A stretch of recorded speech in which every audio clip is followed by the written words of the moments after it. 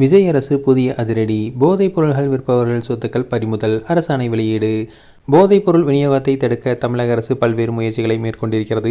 அந்த வகையில் தமிழக காவல்துறை புதிதாக உருவாக்கப்பட்டிருக்கும் போதைப் பொருள் தடுப்பு படைக்கு போதைப் பொருள்களை விற்பவர்களின் சொத்துக்களை முடக்கவும் பறிமுதல் செய்யவும் அதிகாரம் வழங்கி புதிய அரசாணை பிறப்பிக்கப்பட்டிருக்கிறது. தமிழ்நாட்டின் புதிய முதலமைச்சராக ஜோசப் விஜய் பொறுப்பேற்றிருக்கிறார். அவர் பொறுப்பேற்றதிலிருந்து போதைப் பொருள் விநியோகத்தை கட்டுப்படுத்த பல்வேறு முயற்சிகள் மேற்கொள்ளப்பட்டு வருகின்றன.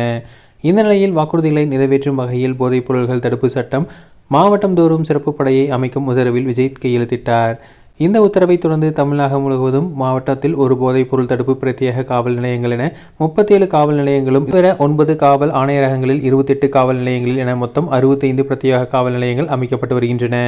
இந்த காவல் நிலையங்களின் பணி முழுக்க போதைப் பொருள்கள் விநியோகத்தை கட்டுப்படுத்துவதுதான். முதலமைச்சரின் நேரடி கட்டுப்பாட்டில் இந்த படை இயங்கும். இதே நேரம் படைக்கு கூடுதல் அதிகாரம் வழங்கப்பட்டிருப்பதாக அரசாணையில் தெரிவிக்கப்பட்டிருக்கிறது.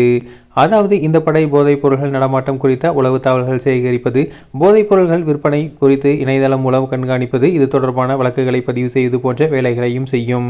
அது தவிர போதைப் பொருள் விற்பனையில் ஈடுபடுவோர், அவர்களது உறவினர்கள் அசை மற்றும் அசையா சொத்துக்களை பறிமுதல் செய்வது அல்லது முடக்க நடவடிக்கை எடுப்பது, நீதிமன்றம் மூலம் குற்றவாளிகளுக்கு தண்டனை பெற்றுக் கொடுப்பது போன்ற பணிகளில் ஈடுபடுவார்கள் என அரசாணையில் தெளிவுபடுத்தப்பட்டிருக்கிறது.